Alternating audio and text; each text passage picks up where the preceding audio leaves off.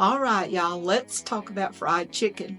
Not just any fried chicken, but real Southern fried chicken.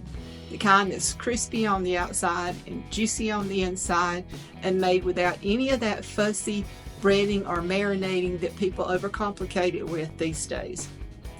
Now, I've seen people turn fried chicken into a 3-day ordeal, but let me tell you something. Our grandmothers didn't have time for that, and neither do we.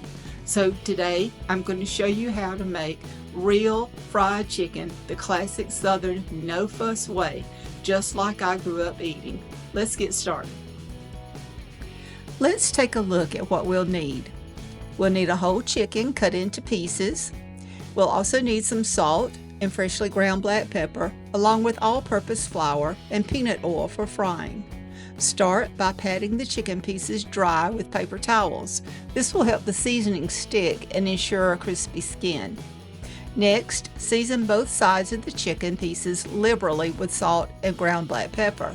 Be generous with the black pepper, as that's needed for that authentic Southern flavor. Now place the chicken in a shallow pan or bowl and add the all-purpose flour. Toss the chicken in the flour so that each piece is coated thoroughly.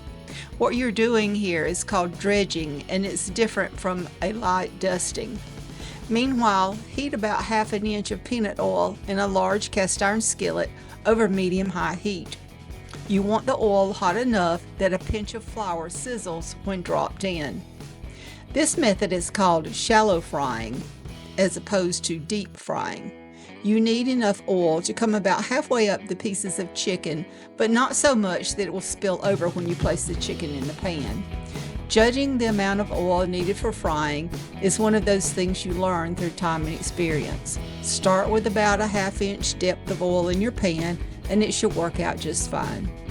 Carefully place the chicken pieces skin side down into the hot oil. Be sure not to overcrowd the pan, and you may need to fry in batches. Let the chicken cook undisturbed for about 10 to 12 minutes, or until the edges start to turn golden brown. Then turn the pieces over and cook for another 10 to 12 minutes on the other side until they're golden brown and cooked through. When the chicken is done, remove it from the skillet and let it drain on a paper towel lined plate or on a wire rack over a baking sheet. And there you have it, crispy, golden, no-fuss Southern fried chicken. Nothing fancy, nothing complicated, just good home cooking the way it's meant to be. Now, if you enjoyed this recipe, do me a favor and hit that like button. Subscribe if you haven't already, and let me know in the comments, what's your favorite way to eat fried chicken? Are you a drumstick lover, or do you go straight for those crispy thighs? Thanks for hanging out in the kitchen with me today. Take care, and I'll see you again soon.